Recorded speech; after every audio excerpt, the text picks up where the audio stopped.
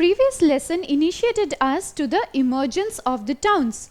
From that lesson we got to know that how from the 8th century onwards, people from large villages now started settling in smaller towns. Now this can be considered the fountainhead of the small towns that we have been discussing in these lessons.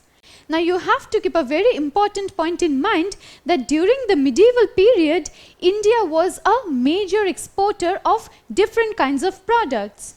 Now to talk about India being a leading exporter of different items, we have to take into account the aspect of trade, as in how trade happened in India. With this, we now begin our discussion on port towns as they were prevalent in medieval India. In this medieval map of India, you could see two towns are pointed out. These two towns that are pointed out are Surat and Masulipatnam. For the purpose of our discussion, we will now be focusing on Surat. Now Surat is a port town that is located in the Indian state of Gujarat. So it is the history of Surat, as in the trajectory of Surat, how it came into being as a port town, how this port town flourished and how it declined, that we will be taking up in this lesson. So let us now begin our discussion on Surat. Can you identify what is being shown on the screen here? This is the very popular and famous Bandhani textile. Now Bandhani is a type of tie and dye textile that you could find on saris, dupattas and other pieces of clothing. And even if you go to stores and shops today, you will find Bandhani textiles. But the point that we have to keep in mind in this regard is that this Bandhani textile owes its root to medieval India. It is in medieval India, or to be specific, it is in Surat in Gujarat that Bandhani textiles emerged in the medieval period. Now the textiles of Gujarat have been popular across the world since long, because it's not just today that Gujarat exports textiles to different parts of the world. This could be seen even in the medieval period. Now with this, the question that obviously comes to our mind is that how did trade or how did these types of textiles grow and emerge in Gujarat? Now this will be the main point of our discussion in this lesson, that how Surat emerged as a port town and how the textiles of Surat were popular across the world. So now let us find out more about the textiles and the various kinds of products that were exported from Gujarat. Now in our previous lesson, a point that we were introduced to was how trade happened on land. In that lesson, we got to know about the hattas and various other kinds of markets that happened on land. But do you think that during the medieval period, trade happened only on lands?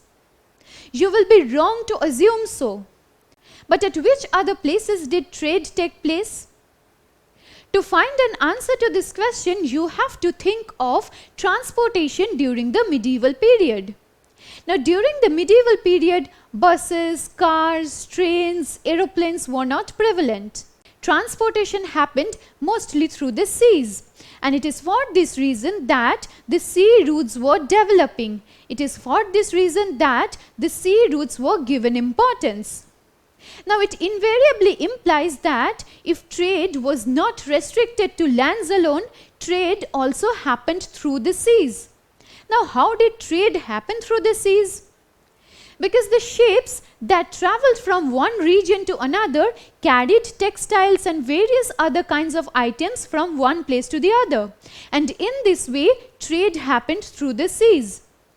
Now the obvious logical outcome of this is that since trade happened through the seas, ports also developed. And with the development of ports came into being the port towns. So the point that we have been trying to establish is that port towns developed only because trade happened mostly through the seas. In our first lesson on this chapter, we got to know about temple towns. Now, temple towns developed only because people started settling around the temples, and only because more and more people from large villages were coming to settle around the temples. And in a similar kind of way, port towns also developed because trade happened through the seas. Now, let us find out more about the port towns that were there in medieval India. Now, let us indulge in a brief geography lesson. You must be knowing that the Indian state of Gujarat is located on the west coast. That is, it is located on the western part of the Indian subcontinent. And it has a 1600 kilometers long coastline. It is the longest coastline that any Indian state has. So, you can understand how long a coastline Gujarat has. Now, this obviously implies that during the medieval period, when port towns were coming into being, Gujarat was a very fertile place for the existence of a port town.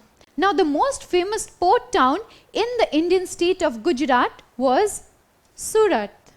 Surat developed as a major port town in medieval India. So, it is the history of Surat that we will now be focusing on. The point we have established now is that Surat was a major port town in medieval India. But a port town necessarily means that trade activities happened in this town. Now, an obvious question that must be coming to your mind is that who performed trade activities in Surat? As in, who were the traders in Surat? This now brings us to a discussion on the various trading communities that emerged in Surat and Gujarat as a whole around this time. Trading communities in the likes of the Hindu Banyas and the Muslim Bohras. Now, who did the members of these trading communities trade with? As in, who were the traders with whom these people indulged in trading activities?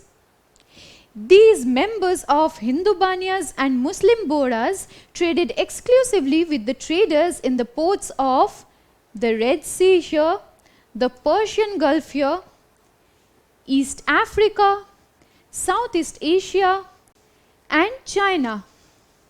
So, the traders of these places traded with the trading communities of Gujarat, who were the Hindu Banyas and the Muslim Bohras.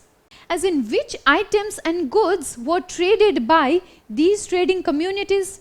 Let us find out more about the products and the items that were traded from the port town of Surat.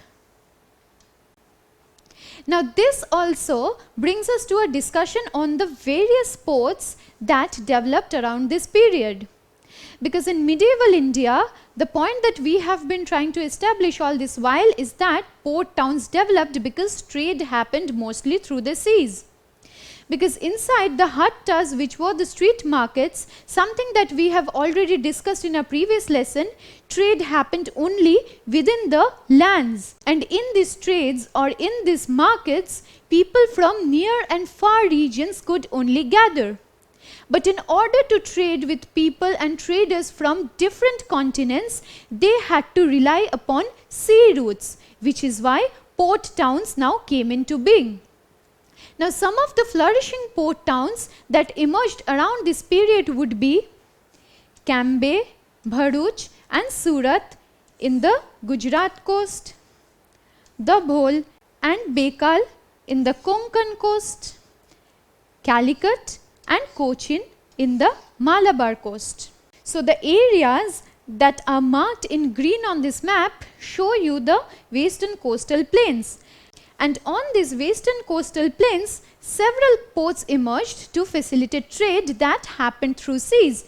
And these are the ports that we just enlisted, and these are the ports that were the main hubs of trading activities during the medieval period. Now, trade and commerce always opens up a lot of prospects, and along with this, they also occasion economic growth and prosperity. Because when trade happens in a place, that place develops, because with trade comes in money, and with trade comes in a lot of settlers. Now, who were the people who were living in these ports that we just enumerated? In these ports on the western coastal plains, mostly foreign travelers settled, because these foreign travelers from different parts of the world saw the prospects of trade that these port towns opened up, because they saw that if they can settle in these port towns, they will be able to make huge profits out of trading the various products that were being made in the Indian subcontinent. And they also thought of trading products from their own country with the Indian subcontinent. So to put it simply, the trade activities opened up a lot of economic prospects, and in order to seize these opportunities, foreign travelers and traders settled in these Indian ports. Now, who were the foreign travelers that we have just talked about? To be specific, these foreign travelers were the Arab, Persian, Chinese, Jewish, and Syrian Christian traders.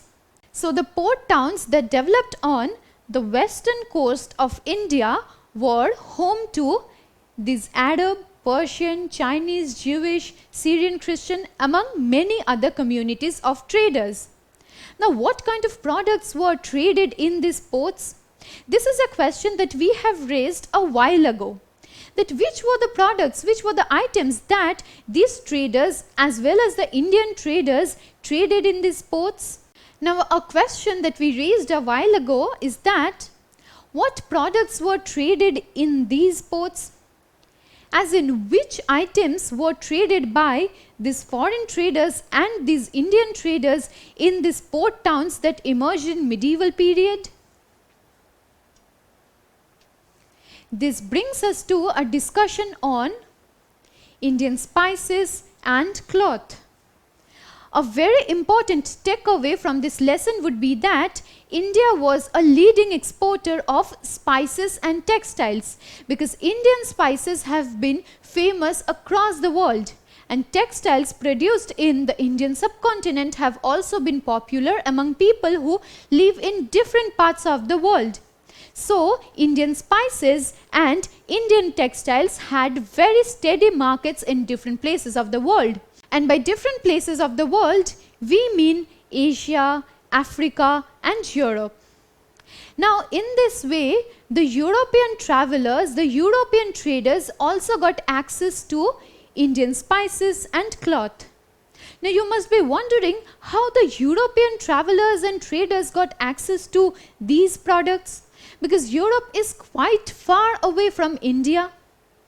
But you have to keep in mind that Red Sea was one of the major ports with which India traded its items, with which the Indian traders traded their own items and goods.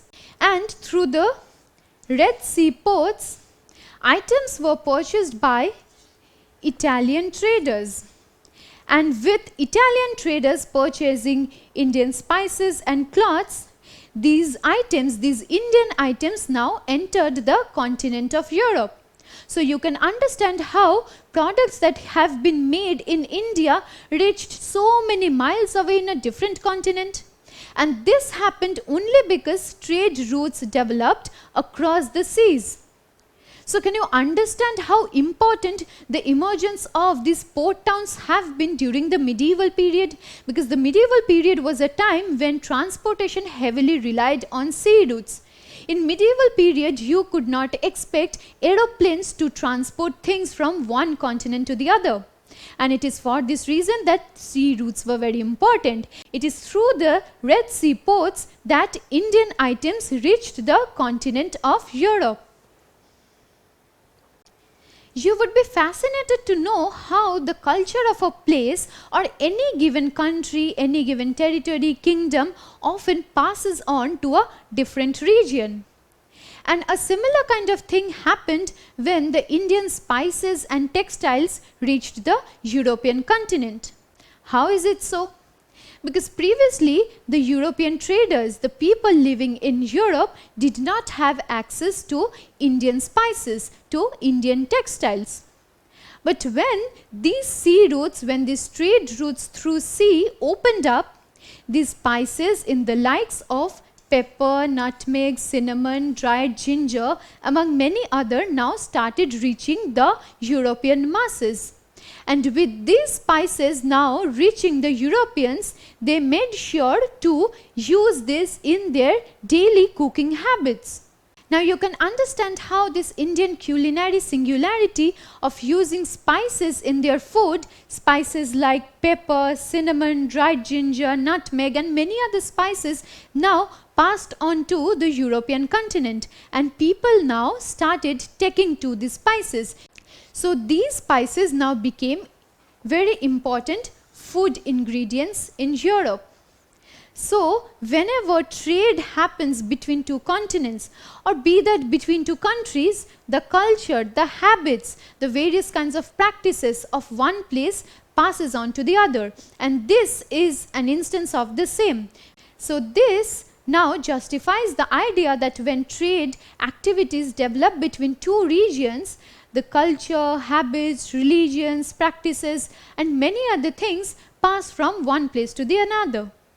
Now, in this regard, we also have to keep in mind that Indian clothing or Indian textiles have been popular across the world since long back. This is because Indian cotton textiles have already been very famous among the European masses. And when these sea routes or trade routes that happened through sea opened up the prospects of Indian textiles, Indian cotton reaching the European markets, a lot of traders were attracted to India because they saw that India was now opening up the prospects of great trade, and with great trade comes financial security, with great trade comes economic prosperity. So Indian spices and Indian cotton cloth now became very, very popular in Europe.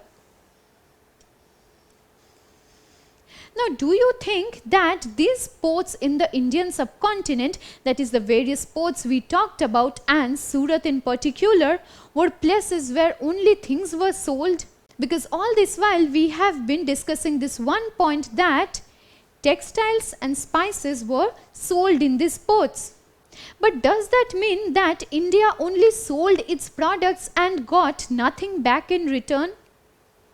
Well, India also got a lot of things from different parts of the world. Now, what are the things that we are talking about in this regard?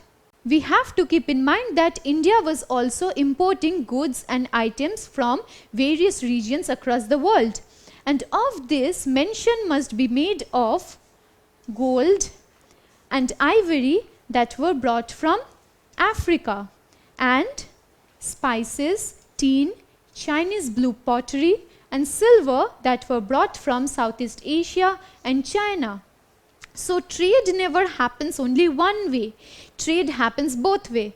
Suppose I give you something and you are also supposed to give me back something in return. In this way trade happens because trade generally involves import and export of goods. Trade does not mean only export of goods. Trade also means, or trade also necessitates that things will be imported from various parts of the world. And in this case, you could also see that how so many items were brought to these Indian ports from different parts of the world. By the 16th century, Surat had developed as a major port town to continue trade with the west of Asia through the Strait of Hormuz.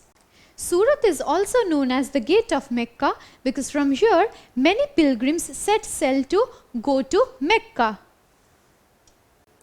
By now, a point that this discussion has firmly established is that India was a leading exporter of textiles and spices during the medieval period. Now, when we began this discussion, you must be remembering that we saw the Bandhani textile.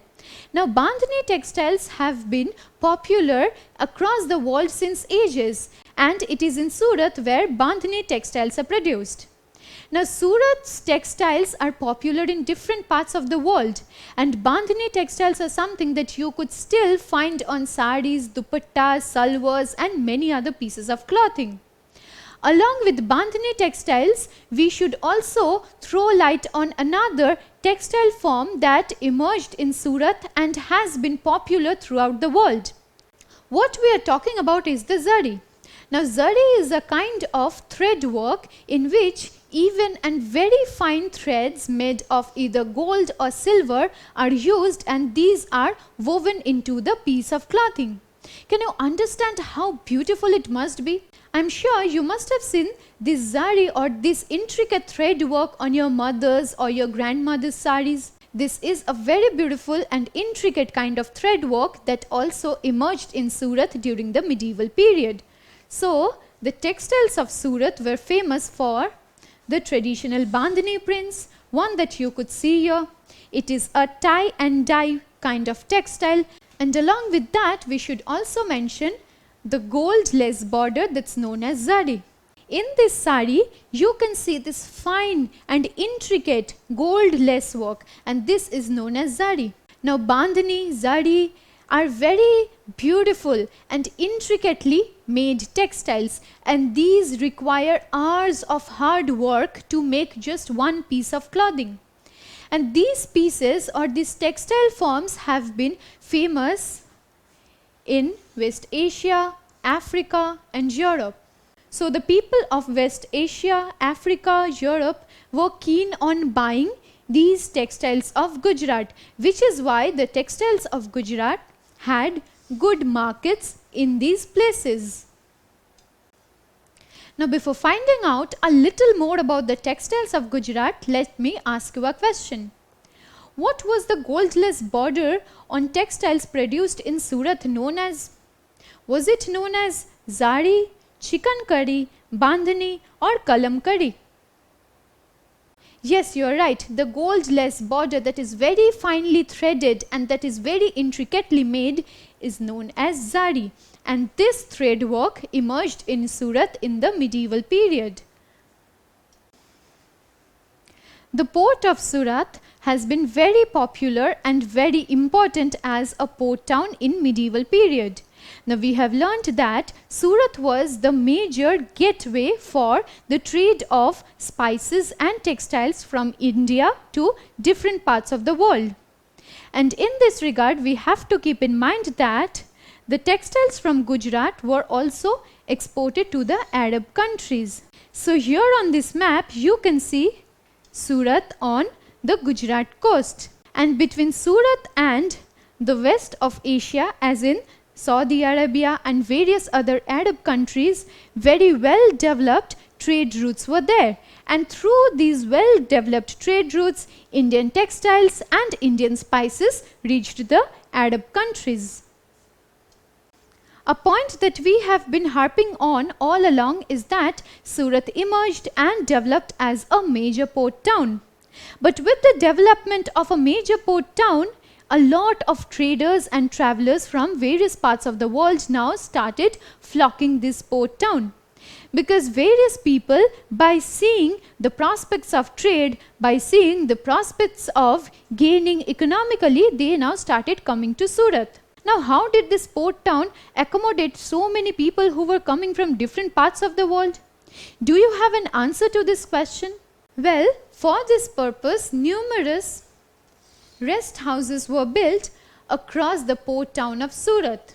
And in these rest houses, accommodation was given to the people, the travelers, the traders who were coming from Europe, Africa, West Asia, Southeast Asia to trade with the Indian traders. And in these rest houses, people made sure that the needs of the people were taken care of, as in the needs of the traders and the travelers who were coming to India were taken care of. Along with that, during this period or around this period, numerous other architectures and innumerable beautiful parks and gardens were built in Surat. And all this together enticed and attracted a lot of foreign traders, a lot of foreign travelers. To continue trade activities, the most important thing that a trader or any person requires is finance.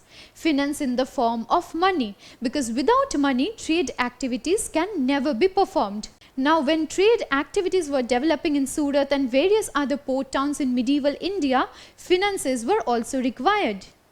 Now let me give you an example so that you can understand this concept of finances that was used during the medieval period in a better and a more clearer way.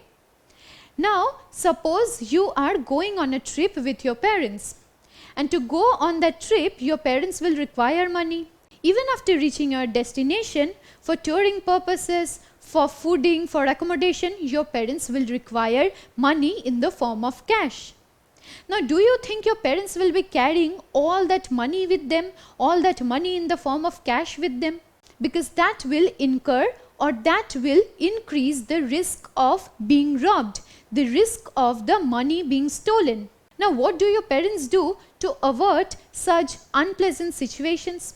For this purpose, they carry various kinds of bank cards with them. Bank cards like credit cards and debit cards, which give them access to money whenever they require it.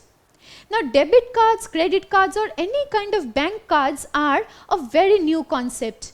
As in, these things were not prevalent in the medieval period. The people living in the medieval period, be that traders, merchants, or the commoners, did not get various kinds of bank cards. So what did they use? This now brings us to a discussion on the banking houses. Around this period in Surat, the Kathiawar Seths, who were the Mahajans or money changers, owned huge banking houses. Now, what were these banking houses meant to do? Now, whenever any trader or any person went to these banks to deposit their money, they were given deposit slips. These deposit slips were known as hundis. This is very similar to the slips that your parents get from banks when they deposit or withdraw any money from there. These deposit slips are legal proof of the deposition of money, and these deposit slips were known as hundis. Now, from where does the word hundi come? The word hundi in Sanskrit means to collect. So, these hundis or these deposit slips were mostly like bills of exchange. The traders, the merchants, they deposited their money in the banks, and in return for that, they got these hundis. This image shows you a hundi that was in use in 1951, that is after independence. Now, by the look of this, you could say that this is more like a promissory note. Now, how did these hundis or these banking instruments make trade easier for the merchants and traders? It is now imperative on our part to know how these hundis facilitated trade in medieval period. These hundis or these deposit slips made trade easier, and they reduced the risk of robbery. Now, a very obvious question that must be coming to your mind is that how were these hundis used? Now, try to understand this very clearly. Now, whenever they had to travel from one place to another, be that within the country or outside the country, they deposited their money in the bank, in return for which they got the hundi. Now, after reaching their destination, when they produced the hundi, they got their money or they got that amount back. So, this means that the traders and the merchants were not having to carry this cash or this money with themselves. Because carrying cash or money with oneself means that that person might get robbed, that money might get stolen. But when they are carrying hundis instead of the cash, trade was made easier. The merchants and traders could travel from one place to another for many days without having the fear of getting robbed. And in this way, hundis or these financial instruments now facilitated trade. And this concept of hundis also emerged in the port town of Surat. So, Surat was not just a place from where trade took place among various countries, but in order to facilitate trade or in order to make trade easier, various financial instruments were also developed, and one such instrument was hundi. Now, the Surat hundis were popular in not just Surat or the Indian subcontinent, but these hundis were also popular in the markets of Cairo in Egypt, Basra in Iraq, and Antwerp in Belgium. Now all this while we have been talking about the emergence and the glory of Surat. We talked about how Surat emerged as a very important port town. It was important because it is from this place that Indian textiles and spices were exported to different parts of the world, and it is in this place where import items were also received.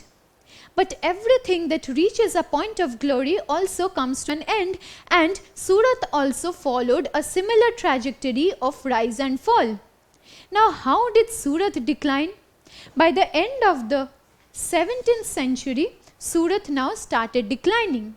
Among the various reasons that contributed to the decline of Surat, a very important one would be the decline of the Mughal Empire itself. Why is it so? Because when the Mughal Empire was ruling the Indian subcontinent, Surat was a very important port town. Surat was a very important hub of trade activities. But with the oncoming of the various East India companies, the Mughal Empire was also shrinking in size. It was losing its power and importance. And the loss of power of the empire itself, or the decline of the empire itself, inevitably meant that Surat was also beginning to decline. This is because markets were now shrinking in size, and with the loss of markets, productivity was also going downhill. So loss of markets and productivity together meant a decline or an end to the glory of Surat that we have witnessed all this while. In 1612, the English East India Company set up its first factory in Surat, and it was followed by the Dutch and the French. But soon after, England now moved to another hub of trade activities, that was Bombay, and the Dutch and the French followed suit. So this was one of the biggest reasons that contributed to the decline of Surat. Because previously Surat was a very important port town. That meant that Surat was a hub of trade activities. Surat was in fact the nucleus of trade activities in the entire western coast. But now with the various East India companies coming in, various as in the English East India Company, the Dutch East India Company, the French East India Company, they now set up different centers in different parts of the Indian subcontinent. And one of the centers or one of the ports that they now established was in Bombay. With the East India companies now shifting their focus from Surat to Bombay, the travelers, the traders, the merchants also followed suit. That is to say, the travelers, traders and merchants also vacated Surat and they went for trading and markets to Bombay. This meant that Surat was almost at a state of being abandoned altogether. This also meant that trade activities or this period of glory for Surat was coming to an end. Another major blow that caused the decline of Surat was the control of the sea routes by the Portuguese. How is it so? Because around this time the Portuguese were also trying to control the sea routes or the trade routes in the Arabian Sea. Now when the control over the trade routes in the Arabian Sea went into the hands of the Portuguese, Surat lost its importance. Along with that, it now faced stiff competition from Bombay, because Bombay in the year 1668 now became the headquarter of the East India Company. So the East India Company now stressed on the importance of Bombay, because the East India Company now stressed on Bombay as their new headquarter. They made sure or they left no stones unturned in developing Bombay as a major port town. Now traders and merchants also shifted to Bombay. So there was no one in Surat to perform trade activities there. This meant a final end to the glory of Surat, and this happened by the end of the 17th century. With this, we come to an end of our discussion on one of the greatest port towns that was there in medieval India, and that is the port town of Surat. Surat is a port town that could be found in the Indian state of Gujarat. Surat was and it still continues to be a major exporter of Indian textiles. Though the coming of the East India companies meant an end to Surat and trade activities in Surat, the Gujarati textiles still continue to be popular in different parts of the world. And this is something that we have already discussed. We have mentioned that Bandhani textiles or Zari thread work could be found even in today's saris, even in today's pieces of clothing. Now in this discussion we focused on how Surat emerged as a port town, mostly because trade happened through the seas during the medieval period. We also learnt about the products that were exported from this port town, and the products that we focused in great detail were textiles and spices. After talking about how these products were exported from Surat, we also learnt that various other items from different parts of the world were also imported to India, and this also happened through the port town of Surat. And while tracing the trajectory of Surat, as in how it gained to prominence and importance, we also took into account how it fell out of glory, mostly because of the decline of the Mughal Empire and the oncoming of the East India companies. So it is this port town of Surat that we focused in this lesson, and in a subsequent lesson we will be focusing on another port town that was prevalent in the medieval period. That is, we will be focusing on Masulipatnam in our subsequent lesson. Don't forget to subscribe to our channel and hit the bell icon. You can also register for free at DeltaStep.com or download the DeltaStep app to learn one-to-one with our amazing teachers, or to get access to all our 5,000 plus amazing videos as per your school syllabus. Master each topic with our adaptive practice technology. Get million plus questions with step-by-step solutions and unlimited mock tests. Get all your doubts resolved instantly. Learn via games and win amazing prizes like PlayStations and iPads. So at DeltaStep, learning is not just fun and easy, it's rewarding too. So register for free now.